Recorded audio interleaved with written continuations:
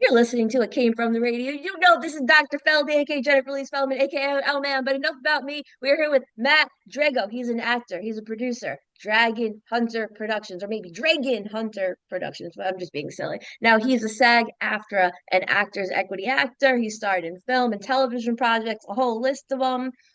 One I got a question about: what would Jesus do? The journey continues. Disney's Counting Scars, Prophets of Science Fiction, and the popular podcast No Other Way.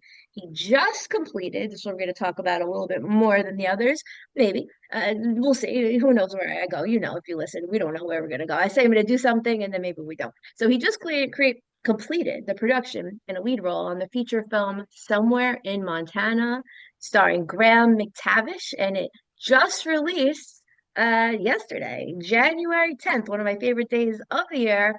Welcome, that Drago. Dr. Feldy, thank you so much for having me. You're welcome. Thanks for having me in your home or wherever we are right now. Maybe you're in someone else's home, who knows? I Maybe a like you. squad You're in the mate. cosmos right now. You're in the Oh stars. You're yeah. like in Oh another yeah. world. I love it. Yeah, I'm in another world. You'll see. All right. So my first question, pretty basic, but I'm actually curious. Why spend time acting? Why become other people? And how has acting changed your life? Yeah. Well, why not, right? Because stories matter. And I think through the years of doing it, because I knew since I arrived on this planet that I just loved telling stories. I loved living in a world of my own creativity and imagination. When I get asked the question, when did you know you wanted to be an actor? It was from the moment that I arrived on this planet. And it's really just been a pursuit of that ever since. I mean, dreamers are fighters. I always say that. And for me, it's definitely been a challenging, fight that I've always been proud to take on because I love it so much and I love telling great stories. And, to your question, I think, human stories matter more now than they ever have before. And as an artist, I've always wanted to tell stories that I felt like could make an impact on the times that we're going through and really share a message, hopefully a positive one or at least an impactful one to make people reflect or question. I feel like that's what good art does. And Hmm. yeah, I mean, my path, came from humble beginnings in rural Virginia, doing the local theater. And dinner theater was one of my first professional gigs. I tell that all the time. And it's such a Hmm. humbling thing. And I think it really created this mindset of that my dream was going to be work. And I think that is something that I always try to tell people is that it's going to be work. You're on stage, singing your ballad, and then you're serving tables and clearing plates and, refreshing drinks. So that's where I started. And I really feel like it shaped me. And for me, it was a definite that I was going to go to New York City and be around my people. I think that's a big thing for being an artist is you just find people that you align with, people that you love because you all love the same thing, right? So there's a camaraderie in that. And it just continued the journey on, getting my degree in New York City, being at Actors Equity every chance I got to sing my 16 or 32 bars for Phantom of the Opera or Les Mis or whatever Broadway show was coming up. And then I met a girl in a 12-person acting class, and we ended up traveling across the country together. My girlfriend then, now my wife, now my production partner. Her maiden name is Hunter. So when you just announced Dragon Hunter Oh. Productions, Drago and Hunter Productions makes Dragon Hunter Productions. So it's all kind of been in that alignment, and I really do. I feel like I'm in the sweetest spot, not only in my career, but in my life right now, because I'm really appreciating it. I'm really enjoying it. And I think it really all comes down to the relationships that come along the way. Yeah, speaking of relationships, I'm going to skip. I didn't even have this question in my notes, but I did not know that your production partner was your wife. Now, I've produced with all types of people, friends, people I can't stand that I don't want to ever see again, people I love, people I hope I know for the rest of my life. And when you produce with someone, there's certain things that really help the situation. There's certain things that are just huge obstacles. So when you're producing with your wife, what are like some maybe like top two benefits and top two problems? I don't see them as problems. I mean, I think like there's nothing better to collaborate than with someone you love, right? And obviously there are going to be, little discrepancies. Maybe I see one thing one way, maybe she sees it the other. But I think what's really interesting with us is she's really taken on more of the writer. I want to get her into directing too, because I think, and we can speak to it with Somewhere in Montana. I think there's a massive win when someone is a writer and a director because they bring the story about, and then they know how to, you know what I mean? Like they Yeah. know how to run the ship because it's their story, right? For Yes. me, as the actor, and really because I've been in sales my whole life, I feel like for me, being the producer and the actor just kind of creates this really cool alignment. Another Mm, thing, that I've learned is it's all about collaboration. It's all about building your team. You have so many masters of craft in film, and that's what makes it so great. I can't do what, a great cinematographer does. I can't gaff something like a great lighting designer can. I can't get the sound just right when there's a storm coming in, like a great sound design. I can't edit it like, like a great editor can. So you create your team, you create your tribe, and then the conversations get less and less. And that's why I go back to collaborating with somebody that you love, right? Because you both want right. the same thing. So even if you have, little discrepancies here and there, you are going to get to the finish line because of the love that you have for not only the project, but for each other. So, you have a very positive attitude. I maybe I should have some more of that with you. Maybe I'll try to have that. I don't know. I work with all types of people, and some of these people are absolutely out of their minds. But some of the most talented people in the world, this is what I found musically, comedically, if they are like idiot savant levels of talent, they often also come with some of the strangest idiosyncrasies and downsides. It's like some of the best traits often come with some of the craziest ones, but that's a whole nother philosophical conversation. Like the best comedians often have the craziest problems. So now I want to get to your film now, Somewhere in Montana. What's this about? Just a little synopsis, and why did you want to get involved in this? Yeah, I mean, it goes back to stories that I've always wanted to tell. It's a story of the times. It's one that we all need to hear right now, including myself.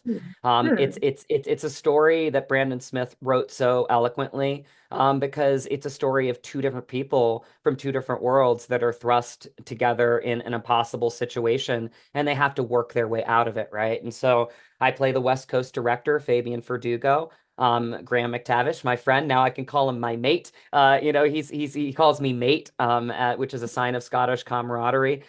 We became so close in this because he plays, the Montana rancher, and the two of us really just have such different energies, even as actors, right? Because you've met him Hmm. before. It created such a wonderful dynamic between the two of us and such a bond between the two of us off screen because we had these really wonderful, rich, long conversations about making this authentic and organic and not falling into any of the actor traps of making it too precious or too dramatic. We really wanted it to be a real conversation. We have a 10-page scene, just the two of us. So back to your original question, it really becomes a question of, these two, people coming together where we need each other. And that's the key dynamic that Brandon Smith wrote in this masterpiece is that he wanted to write something where essentially Fabian has this, legacy piece that he's working on, and he needs to find this perfect location. And, his producer, which becomes like, a sister figure in your life, played by the very talented friend of mine, Michelle Hurd. She plays my producer, and she finds this perfect ranch in Montana. And Graham is the owner of that ranch. And unbeknownst to Fabian at this point in the story, he finds out that the ranch is running on life support. And Ah, so, he needs the money from my film production, and I need his ranch for my film. And so instantly, because, this story dives into legacy, we have a meeting of, conflict because my legacy is my film. I feel like I've compensated him. It should just be that. But what I miss, or what Fabian misses, I should say, is that he doesn't understand that this will be part of John's legacy too, because the ranch will hmm. always be known for this film. And so, there is like a little bit of that, dynamic, which is very interesting in this film, where we're both protagonists and antagonists of the same story. And Hmm. and isn't that so true of life, right? It's that we're both good people, but we both antagonize each other. And so Hmm. it really comes down to the relationship of starting to see each other. And in this 10-page scene, we go there. We go there politically, socially. We go into, racism, sexism. We go into all of the, dynamic arguments that are, being talked about and should be every day. And we come to what I find is the highest form of love, which is respect. And the great thing about that, doctor, is that I feel like you have this amazing moment where you understand that there's more that can connect us than can ever divide us, but you have to find some Hmm. way to find common ground because you won't ever agree on everything, and that's Right. okay. And so Right. that's what I love about this film and what, it speaks to me as an artist. So when I saw this script, I mean, I read through it 3 times before I even put myself on tape for it. And it's because I fell in love with it. Fabian Verdugo is the first role that I've ever fallen in love with in my life, like truly Wow. fallen in love with. And he stays with me in a way because it's part of now my next step in creating films of my own and bringing voices to little pockets of the country that feel like they don't have a voice, because that was a big thing that Graham and I got when we started to hear. We had a screening in Polson, Montana, where we shot the whole film.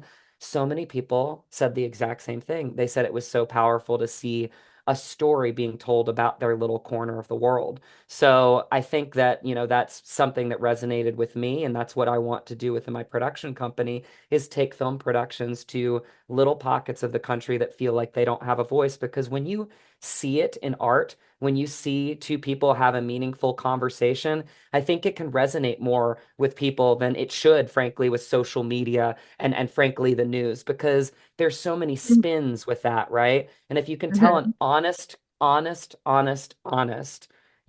story of the times, which Graham and Michelle and really the whole cast bought into right away, then I feel like you can really glean something, and that's why I wanted to become an artist since I can remember. And you know what? A lot of people who have differences of opinion, which we all do, if there's respect, you can do so much. And if you respect yourself, a lot of times you're going to respect other people. People who don't respect themselves, they can't respect other people because they don't not even respect themselves. So respect is a big one for me. I guess that's my love language and act of service. But also, you described this relationship, which is it's transactional. You have the film producer who needs a set. You have the guy who needs the money. So it is a transactional relationship. Now, some people, At attorneys, first, psychologists say, they yeah. say that every relationship in our life is transactional. Hmm. And I've actually had an insult thrown at me through text through a psychotic person who's on Newsmax sometimes. And he said, you're very transactional. What are your thoughts on transactional relationships? Do you think that it always is, or maybe is there such a thing as unconditional love between humans? I think there is. I'm an idealist. I'll just be honest about that, but I'm also a realist. I know Hmm. that there are some people that, get ugly. And I think when people get ugly, it's hard to find the redemption in that person. And then maybe you just move on to somebody that you can find common ground with. I think what we do in this film is we show very early on that both of these characters are really up against the clock, and they're not bad people, and they are at their worst, and haven't we all been there? And I think it is a redemption story of two unique individuals from two different worlds. And I think when you see that play out, I think you see the dynamic of more people, and I will say like a bigger part of our population at large, especially in our country, can find common ground. And Hmm. you learn that. You really do. You learn that from, frankly, I mean, I play the outsider in this film, which even the editor of it, John Shipke, said, you have really one of, if not the hardest role in this film, because you are the outsider. And so you are taking all of that in. And I got to be honest, Dr. Feldy, it was incredible to be around these people shooting this film for a month and a half, because everything that I was getting from just being part of that world and meeting the locals and going to Betty's Diner and going to the shoe and having these rich conversations with Michelle Hurd or Graham McTavish. it really did teach me a lot of this moment that I'll share with you, which is kind of the moment I realized the full impact of this story and the script. It's a very, normal back scene picture of us like literally at the cattle ranch. And it's a picture of Graham, the owner of the actual ranch, Dave, me, and Brandon. So it's kind of the two directors and the two ranchers, if you were. And, it was a moment where, I went up to the real cattle ranch owner because I eat steak and I couldn't do what he does. And I literally asked him the question. I said to Dave, who is he's a Montana rancher. He works with his hands, right? He doesn't have big, long conversations like we're having right now, right? Like it's succinct, it's short, it's beautiful in a way. Like, right? It's Mhm. like when they're on the ranch, they're like, 23. Yep. Today. I'll meet you at the ranch at 6. You know what I mean? It's very much that, which is great. Hmm. So for that reason, I wanted to ask him a very, succinct question. And I looked at him and I said, Dave, how do you do this? And he knew Mhm. exactly what I meant. And it was the first time I ever saw him get emotional. He looked up at Hmm. the sun and he literally said, "Oh, it's still hard." And I knew Huh. exactly what he meant. Because he Huh. does. He loves these cattle, but he provides for his family. It's his job. And so there Huh. is like a respect that you glean from that, regardless of, how we might vote, how we might see certain things. Yes, we will not agree on everything. And frankly, there are people that I've been around my whole life that I don't agree with everything on, right? But you find that common ground and you find that respect for each other. And then you find that through line of the fact that there really is more that could connect us than could ever divide us. But we have to let each other in. And that for Right. me is somewhere in Montana. And that for me is the path forward. Yeah. Yeah. Well said. Totally agree. So I'm gonna totally switch gears on you because we have like 3 minutes left, barely. Just curious, any ways that AI has benefited you, or any ways that AI has already hurt you, or your goals, or things that you're fearing about AI? Just what are your thoughts, positive or negative, on AI?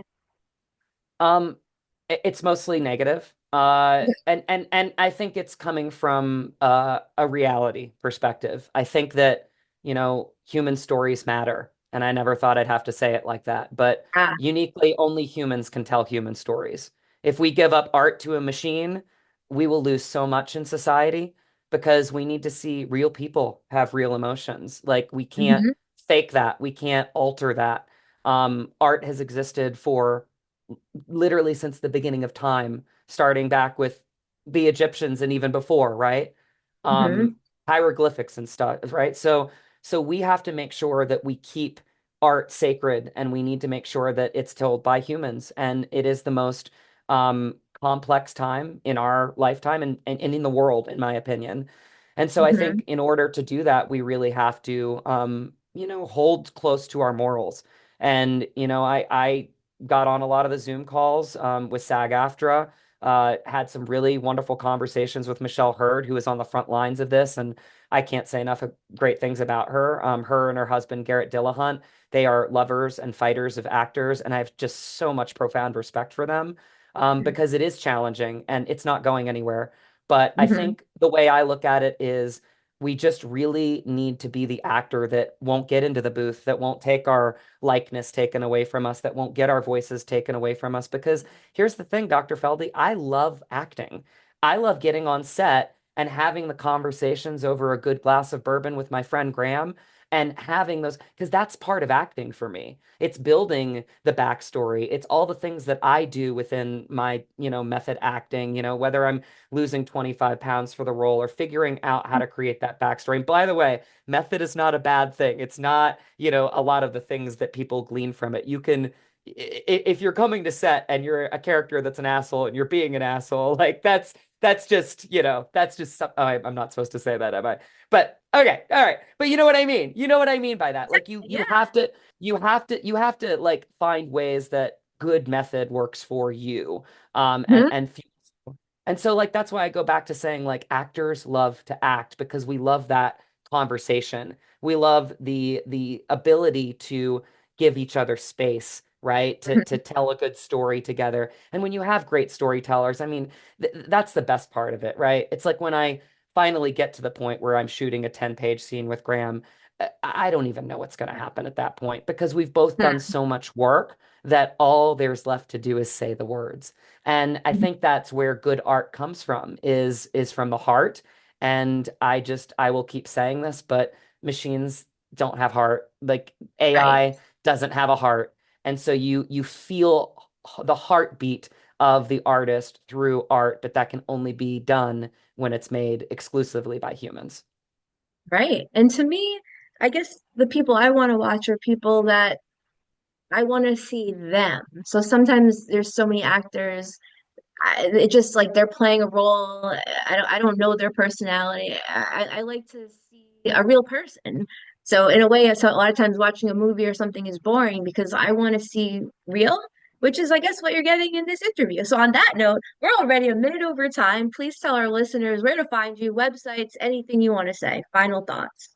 Well, thank you, first of all, Dr. Feldy, for having me on your show. This has been a great conversation. I stick to basically one social media platform. I have other ones, but just follow me at Matt Drago, MattDrago. From there, I've got my link tree there. It's got both of my websites, mattdrago.com for acting, dragonhunterproductions.com for my production company. It's also got my IMDb and all my other social media channels. Give me a follow there and be in the know for everything that's going on in my career, but also my personal life because it's a journey and I like to share both my artistic, point of view and my life, because I'm a real person and the journey is real for me. So give me a follow there and you'll be in the know for everything that's going on with me. Plot twist, everyone. This was AI. He's not a real person. No, I'm just kidding. Thank you for listening to this interview. Maybe we'll have him back. Maybe we won't. We got to see his films. And on that note, back to the studio for more. It came from the radio with Mark Torres.